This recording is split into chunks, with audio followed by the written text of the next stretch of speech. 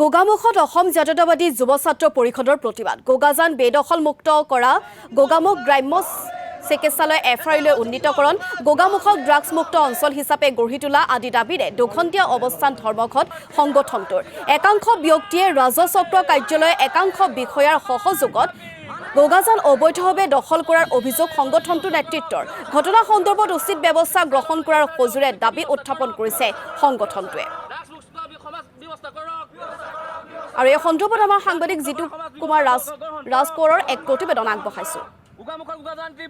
হয় মই এই মুহূৰ্তত উপস্থিত আছোঁ গোগামুখ নগৰৰ মাজমজিয়াত এতিয়া দেখা গৈছে অসম জাতীয় যুৱ ছাত্ৰ পৰিষদৰ গোগামুখ আঞ্চলিক সমিতিয়ে আজি দুঘণ্টীয়া অৱস্থান ধৰ্মঘট কাৰ্যসূচী গ্ৰহণ কৰিছে তেওঁলোকে কেইবাটাও দাবী লৈ এই অৱস্থান ধৰ্মঘট কাৰ্যসূচী গ্ৰহণ কৰিছে পোনে পোনে মই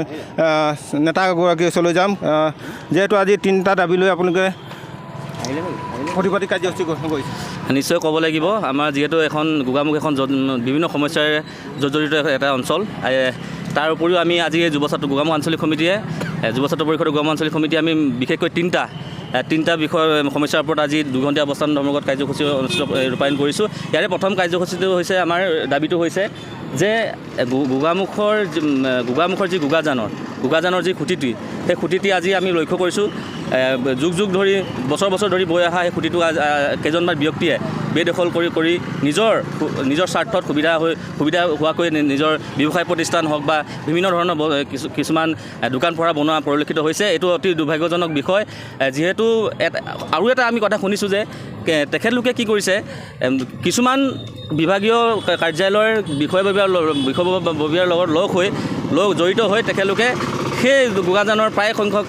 গোগামুখৰ মাজমজিয়াদি বৈ যোৱা প্ৰায় সংখ্যক মাটি তেখেতলোকে নিজৰ নামত ম্যাদীকৰণৰ ব্যৱস্থা গ্ৰহণ কৰিছে এইটো কাৰ স্বত্ব চাই এনেকৈ আগবাঢ়ি গৈছে সেইটো অতি ভাবিবলগীয়া কথা আমি যুৱ ছাত্ৰ পৰিষদে পোনপ্ৰথমে আমি দাবী উত্থাপন কৰিছোঁ ইয়াৰ লগত জড়িত থকা প্ৰত্যেকগৰাকী বিভাগীয় কৰ্তৃপক্ষক হওক বা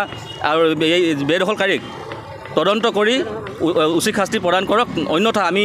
যুৱ ছাত্ৰ পৰিষদে গোগামুখৰ অঞ্চলৰ ৰাইজৰ সহযোগত আমি গণতান্ত্ৰিক আন্দোলন গঢ়ি তুলিবলৈ বাধ্য থাকিম চিকিৎসালয়খন এফআইলৈ উন্নীত কৰিবলৈ আপোনালোকে দাবী জনাইছে নিশ্চয়কৈ এইটো কথা ক'ব লাগিব বৰ্তমানৰ অসম চৰকাৰৰ সন্মানীয় মুখ্যমন্ত্ৰী আৰু সেই সময়ত 2015 চনত যিহেতু তেখেতে গোগামুখৰ মেডিকেলত আহিছিলে তেখেত সেই সময়ৰ স্বাস্থ্যমন্ত্ৰীৰ দায়িত্বত আছিল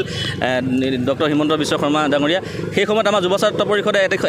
গোগামুখ আঞ্চলিক সমিতিৰ এটি সজাতি দলে তেখেতৰ লগত কথোপকথন হৈছিল তেখেতক আমাৰ দাবী উত্থাপন কৰিছিল যিহেতু এফআইআৰ ব্যৱস্থাটো গোগামুখত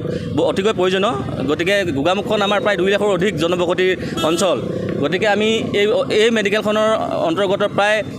লখিমপুৰৰ